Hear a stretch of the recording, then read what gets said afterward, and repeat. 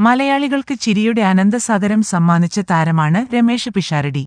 അവതാരകനും നടനും സംവിധായകനും എല്ലാമായ രമേശ് പിഷാരടി ടെലിവിഷൻ ഷോകളിലൂടെയാണ് പ്രേക്ഷകർക്ക് സുപരിചിതനായത്. ആദ്യമൊക്കെ മിമിക്രിയും മറ്റും സ്റ്റേജ് ഷോകളിൽ അവതരിപ്പിച്ചാണ് രമേശ് പിഷാരടി മിനിസ്ക്രീനിലേക്ക് എത്തിയത്. ബ്ലഫ് മാസ്റ്റേഴ്സ് അടക്കമുള്ള രമേശ് പിഷാരടി ധർമ്മജൻ കോംബോയിലെ പരിപാടികൾ 90s കിഡ്സിന് ഒരു നെസ്റ്റാൾജിയ തന്നെയാണ്. രമേശ് പിഷാരടി ടെലിവിഷനിൽ അവതരിപ്പിച്ച പരിപാടികളെല്ലാം ഹിറ്റായി തുടങ്ങിയതോടെയാണ് സിനിമയിലേക്ക് അവസരം വന്നത്. നായകനായി അടക്കം ചില സിനിമകളിൽ രമേശ് പിഷാരടി അഭിനയിച്ചിട്ടുണ്ട്. സമൂഹമാധ്യമങ്ങളിൽ സജീവമായ രമേശ് പിഷാരടി പങ്കുവെക്കുന്ന പോസ്റ്റുകളും വീഡിയോകളും വരെ ജനപ്രിയമാണ്. അതിന് കാരണം അവക്കെല്ലാം രമേശ് പിഷാരടി നൽകുന്ന ക്യാപ്ഷനാണ്. കൗണ്ടർ കിങ്ങായ താരം നിരവധി ടെലിവിഷൻ റിയാലിറ്റി ഷോകളിൽ ജഡ്ജായും പ്രത്യക്ഷപ്പെടാറുണ്ട്. പൊതുവെ സെലിബ്രിറ്റികളിൽ മിക്കവരും തങ്ങളുടെ രാഷ്ട്രീയം വ്യക്തമാക്കാൻ താൽപ്പര്യപ്പെടുന്നവരല്ല. അതുകൊണ്ടുതന്നെ രാഷ്ട്രീയപരമായ വിഷയങ്ങളിൽ നിലപാടുകളും ഒട്ടുമിക്ക മലയാള താരങ്ങളും തുറന്നു പറയാറില്ല. എന്നാൽ രമേശ് പിഷാരടി അക്കാര്യത്തിൽ വളരെ വ്യത്യസ്തനാണ്. കാരണം താൻ ഒരു കോൺഗ്രസ് അനുഭാവിയാണെന്ന കാര്യം ഇതിനോടകം പലപ്പോഴായി പിഷാരടി വെളിപ്പെടുത്തി കഴിഞ്ഞു. പക്ഷെ രാഷ്ട്രീയത്തിന്റെയോ മതത്തിന്റെയോ അടിസ്ഥാനത്തിൽ ആരെയും വിലയിരുത്താറില്ല പിഷാരടി. അതുകൊണ്ടുതന്നെ സൗഹൃദത്തിൽ അതൊന്നും വിഷയമാകാറുമില്ല. അതിനാലാണ് BJP അനുഭാവിയായ സുരേഷ് ഗോപിയുമായി വരെ നല്ല സൗഹൃദമുണ്ടാക്കാൻ രമേശ് പിഷാരടിക്ക് കഴിഞ്ഞത്.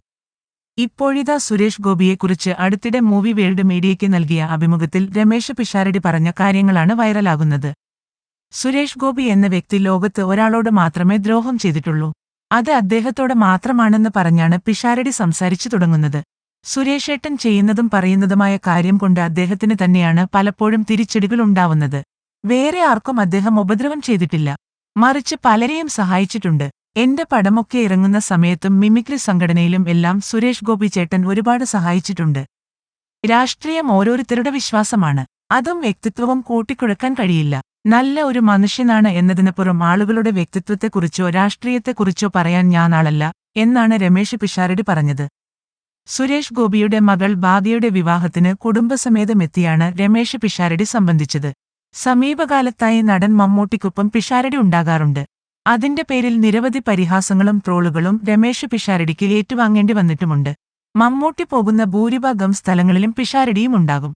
സംഭവം ചർച്ചയായതോടെ താനും മമ്മൂട്ടിയും തമ്മിലുള്ള ആത്മബന്ധത്തെപ്പറ്റി തുറന്നു പറഞ്ഞിരുന്നു പിഷാരടി.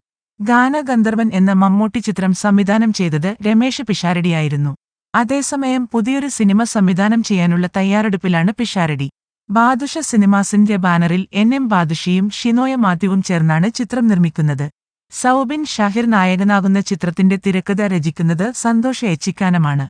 നഗര പശ്ചാത്തലത്തിലൂടെ കാലിക പ്രസക്തിയുള്ള ഒരു പ്രമേയം രസകരമായ മുഹൂർത്തങ്ങളിലൂടെയും റിയലിസ്റ്റിക്കായും അവതരിപ്പിക്കുകയാണ് ചിത്രത്തിലെന്ന് അണിയറ പ്രവർത്തകർ പറഞ്ഞിരുന്നു.